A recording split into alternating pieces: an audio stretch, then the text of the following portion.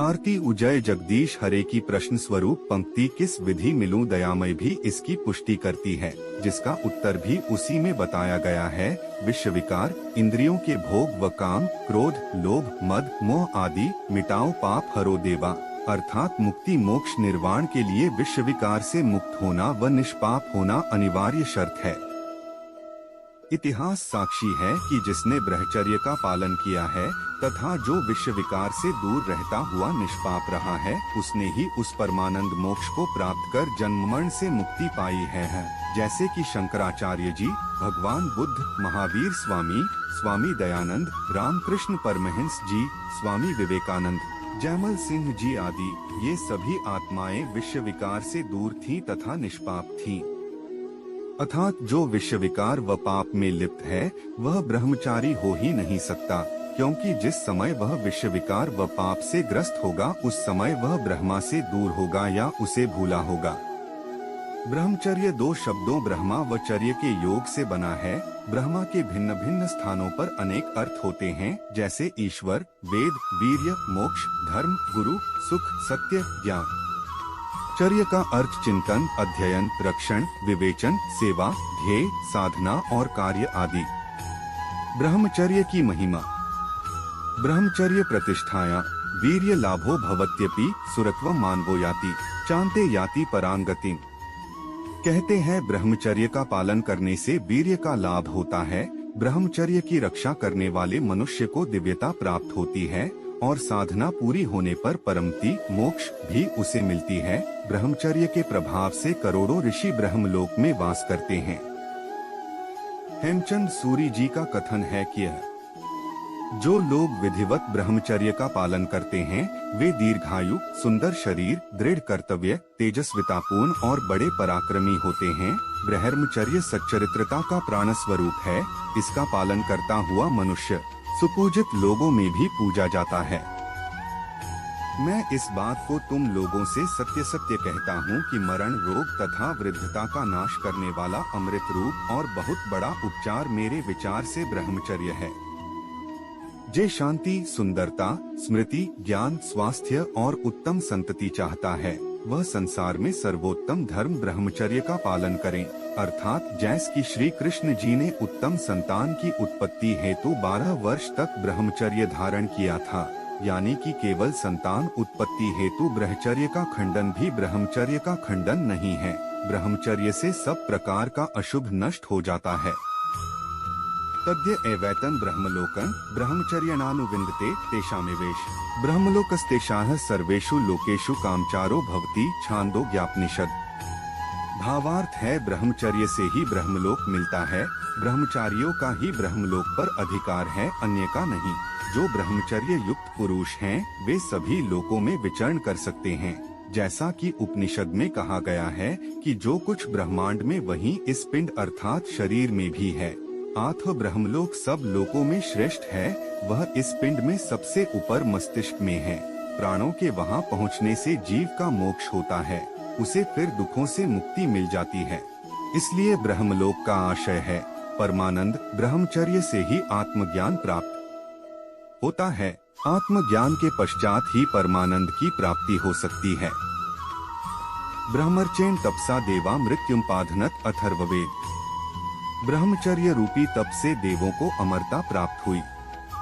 अथर्ववेद में कहा गया है कि यह आचार्य ब्रह्मचर्ये ब्रह्मचारिण्यक्षते, अर्थात जो ब्रह्मचर्य का पालन करता है ऐसा गुरु ब्रह्मचर्य का पालन करने वाले शिष्यों का हित कर सकता है, कामी गुरु नहीं। जैसा कि कबीर जी ने कहा है कि कामी, क्रोधी, लालची इनसे भक्ति ना हो, भक्ति करे कोई सूरमा जाति वरण कुल खोई। जैसा कि रामकृष्ण परमहंस जी ने कहा है, जहाँ काम है वहाँ राम नहीं। अर्थात ब्रह्मचर्य का पालन करने अथवा पालन करने का अभ्यास करने वाले शिष्यों को ही मंजिल प्राप्त हो सकती है, अन्यों को नहीं। प्रश्नोपनिषद में एक कथा है कि कबंधी और कात्यायन ब्रह्म ज्ञान की शिक्षा के लिए ऋषिवर पिप्पलाद के आश्रम में गए और उनसे ब्रह्म ज्ञान देने के लिए निवेदन किया। पिप्पलाद ने कहा कि आप दोनों 1 वर्ष तक नियमानुसार ब्रह्मचर्य का पालन करते हुए हमारे पास रहें। उसके पश्चात जो प्रश्न चाहोगे पूछ लेना, हम भी यथाशक्ति तुम लोगों को समझाएंगे। अर्थात गुरु से आत्म ब्रह्मा ज्ञान की प्राप्ति के लिए ब्रह्मचर्य आवश्यक है। भगवान शंकर का वचन, न तपस्तप इन्याहुर ब्रह्मचर्य तपोत्तमम् ऊर्ध्वरेता भवेद्यस्तु से देवो न तु मानुषः। तप कुछ भी नहीं है, ब्रह्मचर्य ही उत्तम तप है। जिसने अपने वीर्य को वश में कर लिया है वह देव स्वरूप है, मनुष्य नहीं। एक और चारों वेद तथा दूसरी और ब्रह्मचर्य दोनों एक तुला पर रखे जाएं तो दोनों पलड़े बराबर होंगे। अर्थात एक ब्रह्मचर्य ही चारों वेदों के बराबर है। उन्हीं जनों को स्वर्ग सुख मिलता है जिन्होंने ब्रह्मचर्य तप का पालन किया है और जिनके हृदय में ब्रह्मचर्य रूपी सत्य विराजमान है। ब्रह्मचर्य का पालन करना योग्य है, देवों के लिए भी ब्रह्मचर्य दुर्लभ है। वीर्य की रक्षा भली भांति होने पर सब लोगों के सुखों की सिद्धियां स्वयं मिल जाती है। भीष्म पितामह ने महाभारत में कहा है कि जो आजीवन ब्रह्मचारी रहता है उसे इस संसार में कुछ भी दुख नहीं होता, उसके लिए कोई भी वस्तु दुर्लभ नहीं। श्री कृष्ण जी ने कहा है कि ब्रह्म ज्ञान के प्राप्त हो जाने पर मनुष्य बहुत शीघ्र ही परमानंद का अधिकारी होता है। शंकराचार्य जी ने कहा है कि ऋत ज्ञानान मुक्तिः, अर्थात ब्रह्म ज्ञान के बिना किसी की मुक्ति नहीं हो सकती। शंकराचार्य जी ने कहा है कि जो विषयों में लिप्त है वह बंधा हुआ है तथा जो विषयों से अलिप्त है वह मुक्त है, वही महाशूर है जो कामदेव के बाणों से व्यथित न हुआ हो। जो लोग अकाल मृत्यु से मरते हैं वह मोक्ष के अधिकारी नहीं होते हैं। अकाल मृत्यु से बचने के लिए ब्रह्मचर्य पालन आवश्यक है। मनुष्य बिना ब्रह्मचर्य धारण किए हुए कदापि पूर्ण आय वाले नहीं हो सकते। ऋग्वेद। ब्रह्मचर्य का पालन ब्रह्म पद का मूल है। जो अक्षय पुण्य को पाना चाहता है वह निष्ठा से जीवन व्यतीत करे। ब्रह्मचर्य से मनुष्य दिव्यता को प्राप्त होता है, शरीर के त्यागने पर सद्गति मिलती है। ब्रह्मचर्य के संरक्षण से ही मनुष्य को सब लोकों में सुख देने वाली सिद्धियां प्राप्त होती है। मुनिराज अत्रि, ब्रह्मचर्य से ही ब्रह्म ज्ञान प्राप्त करने की योग्यता प्राप्त होती है। ब्रह्मचर्य और अहिंसा शारीरिक तप है। ब्रह्मचर्य के पालन से आत्मबल प्राप्त होता है। ब्रह्मचर्य व्रत धारण करने वालों को मोक्ष मिलता है। जो मनुष्य ब्रह्मचारी नहीं उसको कभी सिद्धि नहीं होती, वह जन्म मरणादि क्लेशों को बार बार भोगता रहता है। ब्रह्मचर्य वर्णाश्रम का पहला आश्रम भी है, जिसके अनुसार ये 0 से 25 वर्ष तक की आयु का होता है और जिस आश्रम का पालन करते हुए विद्यार्थियों को भावी जीवन के लिए शिक्षा ग्रहण करनी होती है। जैसा कि ऊपर बताया गया है कि ब्रह्म का अर्थ ज्ञान भी है। आत्म ब्रह्मचारी को ब्रह्मचर्य अर्थात ज्ञान प्राप्ति के लिए जीवन बिताना चाहिए। विद्यार्थी के लिए ज्ञान ही ब्रह्मा तुल्य है। पूर्ण तन्मयता से ज्ञान की प्राप्ति करना ही उसका मुख्य उद्देश्य होता है।